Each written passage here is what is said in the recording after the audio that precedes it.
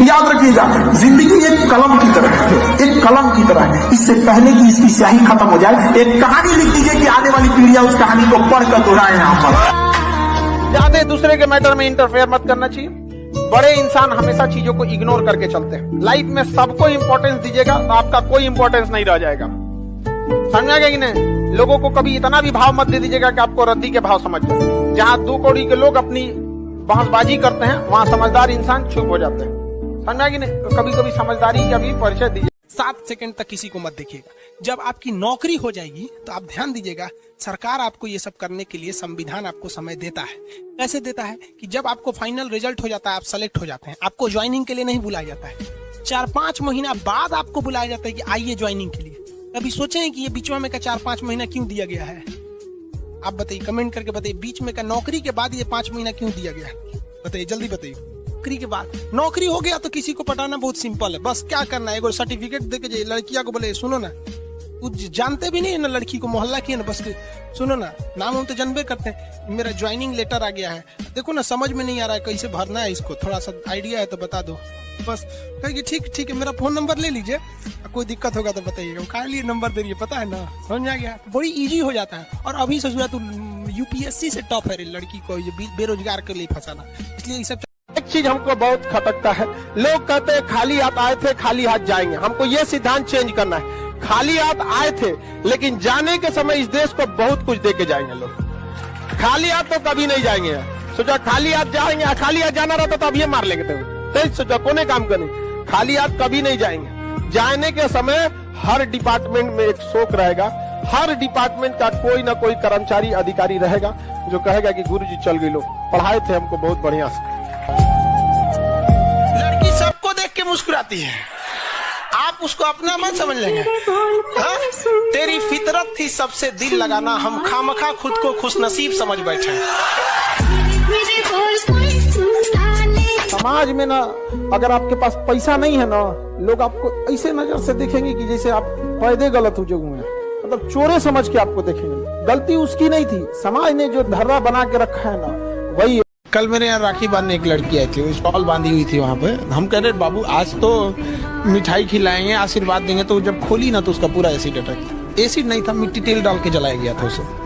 हमको बड़ा अजीब लगा। हम कहें कि तुमको जो जलाया है ना बाबू, कुछ दिन हमको समय दे दो, तुमको अधिकारी बनाएंगे, कुछ भी हो जाए ना, तेरा ट्रांसफर हम उसी एरिया में कराएंगे, चाहे जैसा हो जाए। यहाँ पे तुम ऐसा सजा देना ना, रूह।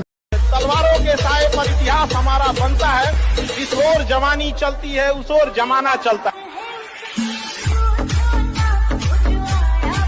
जिंदगी में किसी के लिए कुछ भी कीजिए वो भूल जाएगा, उसका कोई एक बात ना मान के देखिए वो याद रखेगा। ये हमेशा उसूल है, इसलिए इसको मान लीजिए कि दुनिया ऐसी ही है।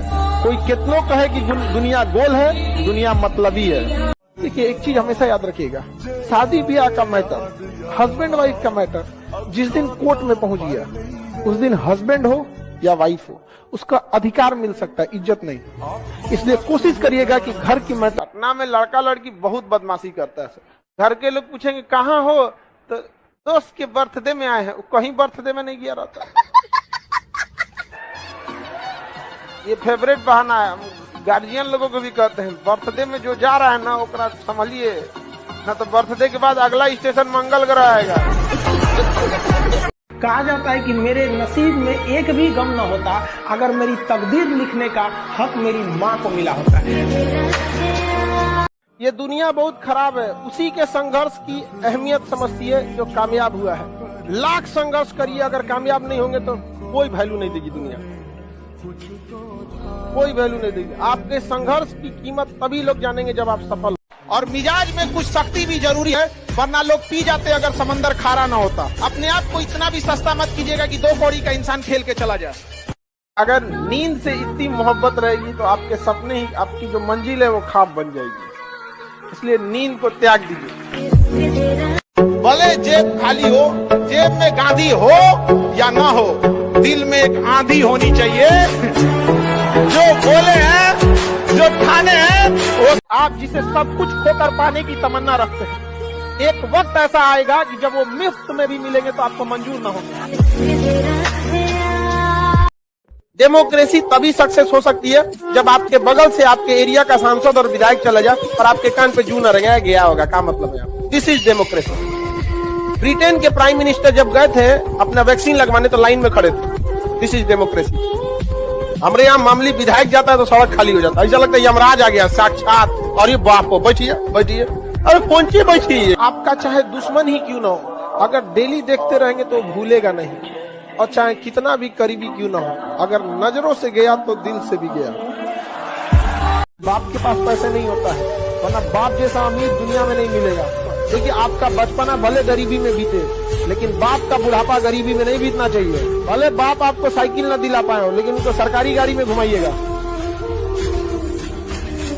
दूसरे को जला देंगे यह अलग बात है, माचिस दूसरे को जला देती है हकीकत, लेकिन खुद माचिस भी जल जाती है। तो दूसरे को बर्बाद करेंगे तो याद रखिएगा, युद्ध करो युद्ध, लेकिन जब भी लड़ो अपने से बहुत बड़े आदमी चलाओ। कुछ लोग सबसे लड़ते रहते हैं, रिक्शा वाले से लड़ गए, ऑटो वाले से लड़ गए, टेम्पो वाले से लड़, जानते नहीं हो कौन हो भैया? पृथ्वीराज चौहान। कौन से पैसे? रद्दी के पैसे। अच्छा, सिर्फ 4800। पिछले साल तो 6200 की गई थी। 400 किलो रद्दी थी, 12 रुपए के हिसाब से 4800 ही तो हुए। 1400 रख लीजिए। हुकुम जी, जो हिसाब था वो सीधा सीधा आपको दे दिया मैंने। देख रहा है हरिराम, कितने आराम से झूठ बोल रहा है। अभी से हाल है इसका। आईपीएस बन गया तो पूरे देश का लूट लेगा ये साला। चोर की औलाद। अब कुछ और बोला ना।